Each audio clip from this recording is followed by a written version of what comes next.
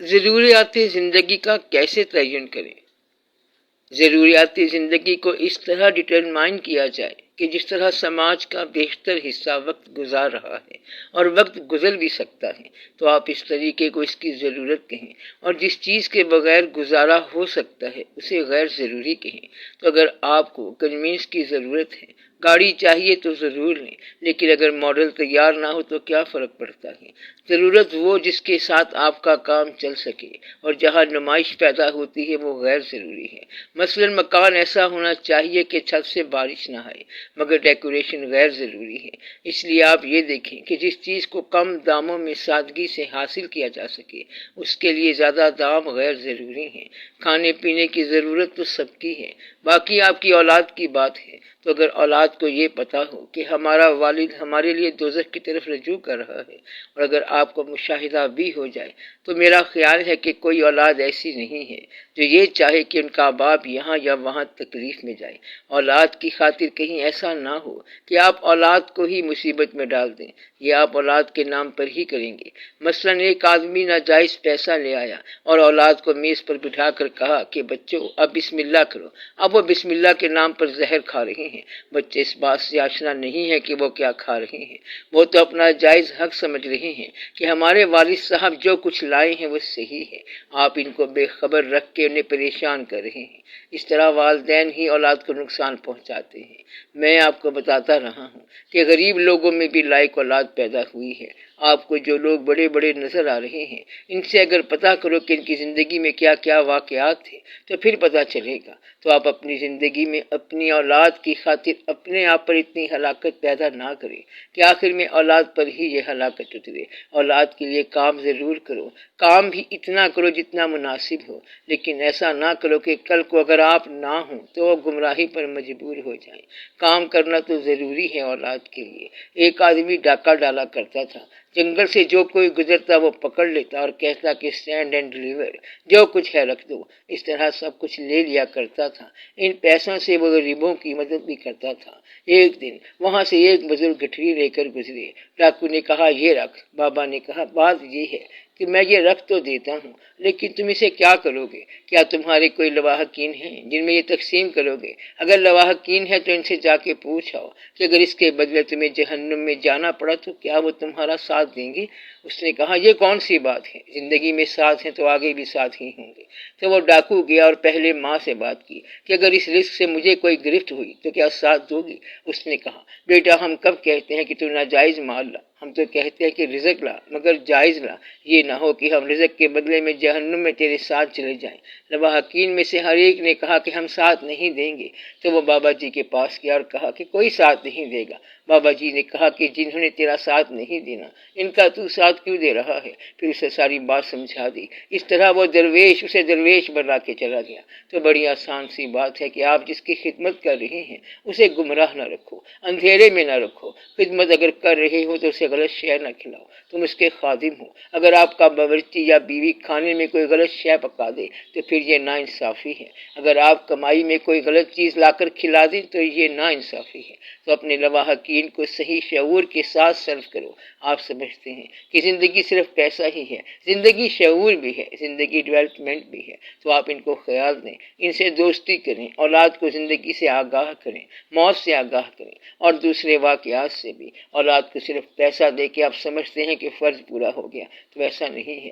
اس لیے اولاد کی خاطر کہیں خدا کو نہ چھوڑ دینا۔ اگر خدا کو آپ نے مانا ہوا ہے تو اسے اولاد کی خاطر چھوڑ نہ دینا۔ اگر خدا کو مانا ہوا ہے تو، اور اگر نہیں مانا ہوا تو پھر مان لو۔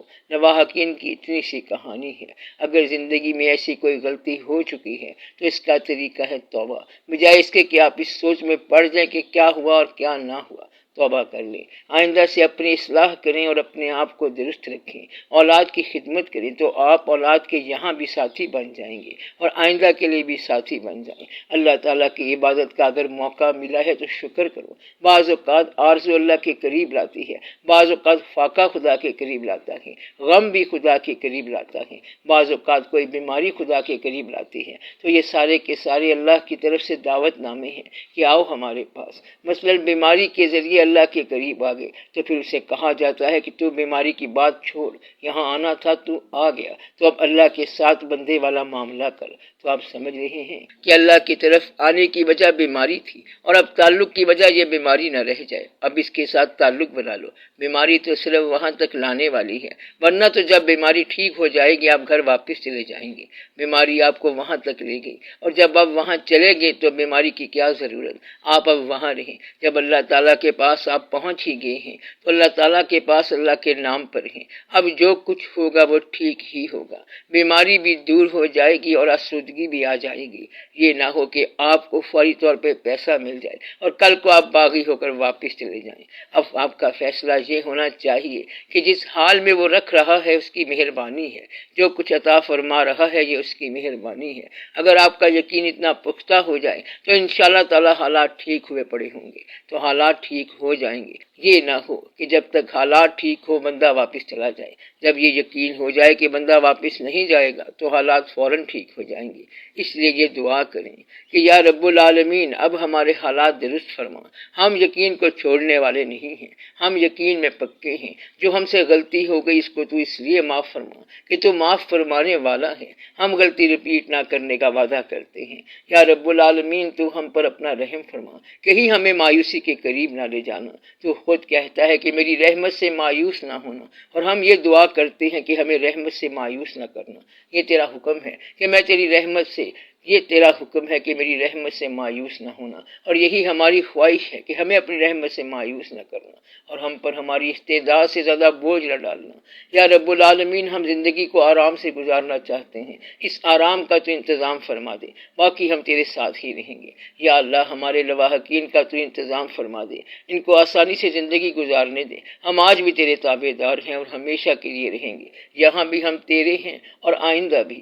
اس لیے یہ دعا ہونی چاہیے کہ یا رب العالمین ہمارے ایمان میں پختگی عطا فرما، ہمارے یقین کو مستحکم بنا، ہمیں کسی چیز سے مایوس نہ کرنا، اپنی رحمت سے مایوس نہ کرنا۔ ہماری کوئی آرزو ایسی نہ ہو جو تیرے علاوہ ہو، ہماری کوئی خواہش ماں سوائے خدا نہ ہو۔ یا اللہ ہماری آرزو آپ ہیں، اور ہم چاہتے ہیں کہ آپ ہمارے کاموں کی نگرانی فرماتے رہیں، آسانیاں فرماتے رہیں، تاکہ کہیں ہم پیسے کے خیال میں ہی نہ لگے رہیں۔ ہمیں آسانیاں عطا فرما دیں تاکہ ہم آپ کے ساتھ محبت کا اظہار کر سکیں۔ محبت میں ابتلا آ جائے تو انسان پریشان ہو جاتا ہے، پھر وہ کہتا ہے کہ پرانے زمانے میں اور واقعات تھے، آج اور واقعات ہیں۔ زندگی جو ہے وہ بڑی مشکل ہے۔ پرانے زمانے کے محبت کے جتنے واقعات ہیں ان میں کہیں بھی ایسا نہیں ہوا کہ کسی کو کوئی ضرورت ہو۔ محبت کرنے والے رانجھے کو اور ناہیل کو پیسوں کی ضرورت ہے۔ پیسوں کی ضرورت اس زمانے میں نہیں ہوتی تھی، یہ آج کی ضرورت ہے۔ اس لیے دعا یہ ہونی چاہیے کہ اللہ تعالیٰ آپ کے کاروبار میں برکت عطا فرمائے، کاروبار میں ترقی عطا فرمائے، آپ کے حالات میں ارتقا ہو جائے، ترقی ہو جائے، اور آپ کے حالات ذرا بہتر ہو جائیں۔ بہتر کا مطلب یہ ہے کہ خرچ کرنے میں بھی دقت نہ ہو، کمانے میں بھی آسانی ہو، بچے بھی ٹھیک پلتے رہیں اور ایمان بھی محفوظ ہو جائے۔ یا رب العالمین ہمیں اپنی رحمت سے مایوس نہ کرنا۔ جب ہم آپ کی رحمت سے سوال کریں تو ہمیں ملنا چاہیے۔ تو یہ دعا ہے آپ کے لیے، جسم کی بیماری کے لیے بھی دعا ہے اور روح کی بیماری کے لیے بھی دعا ہے۔ یا اللہ ہماری ظاہری اور باطنی بیماریوں کو دور فرما۔ سب سے بڑی باطنی بیماری ہے مایوسی۔ ظاہری بیماری تو اس کے مقابلے میں کوئی شے نہیں ہے۔ باطنی ابتلا کیا ہے؟ احساس تنہائی۔ تو اللہ تعالیٰ اس سے بچائے، احساس محرومی سے بچائے اور احساس تنہائی سے بچائے۔ کہیں ایسا نہ ہو کہ آپ یہ سمجھیں کہ آپ اس کائنات میں محروم ہیں، تو محروم سمجھنے والا اللہ کی رحمت سے مایوس ہو جاتا ہے۔